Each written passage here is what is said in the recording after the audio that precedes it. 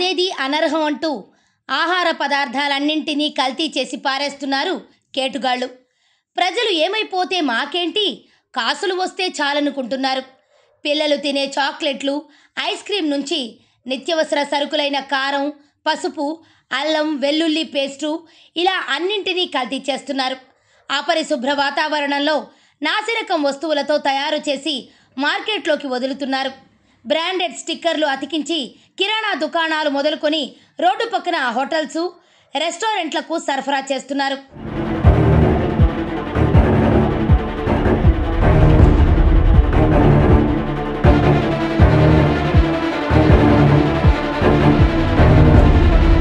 తాజాగా హైదరాబాద్ చాదర్ఘాట్ ప్రాంతంలో దారుణం వెలుగులోకి వచ్చింది.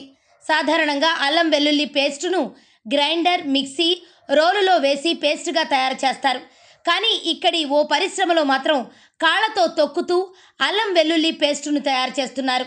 చాదర్ఘాట్ కాజ్వే బ్రిడ్జ్ వెనుక ఉన్న మూసానగర్లో కొందరు వ్యాపారులు అక్రమంగా అల్లం వెల్లుల్లి పేస్ట్ తయారీ పరిశ్రమను ఏర్పాటు చేశారు. కొందరు కార్మికులను నియమించుకుని ఊహకందని రీతిలో అల్లం వెల్లుల్లి పేస్టును తయారు చేస్తున్నారు.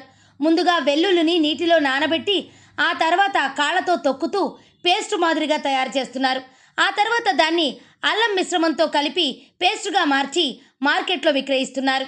50-100 గ్రాముల నుంచి కేజీ వరకు డబ్బాల్లో నింపి నగరంలోని చిన్న చిన్న షాపులతో పాటు హోటళ్లకు విక్రయిస్తున్నారు.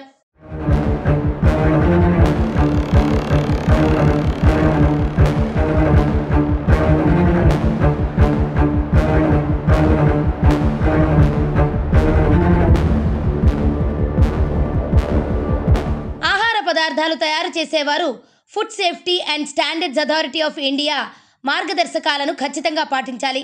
అలా కాకుండా నిబంధనలు ఉల్లంఘిస్తూ నాసిరకం వస్తువులతో కల్తీ అల్లం వెల్లుల్లి పేస్టును తయారు చేసి కిరాణా దుకాణాలు, హోటళ్లు, రెస్టారెంట్లకు సరఫరా చేస్తున్నారు.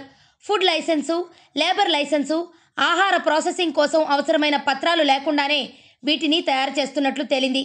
ఈ పేస్టును తయారు చేయగా వచ్చిన రసాన్ని సమీపంలోని నాలాలో పారబోస్తుండటంతో కొద్ది రోజులుగా స్థానికులు దుర్వాసనతో ఇబ్బందులు పడుతున్నారు.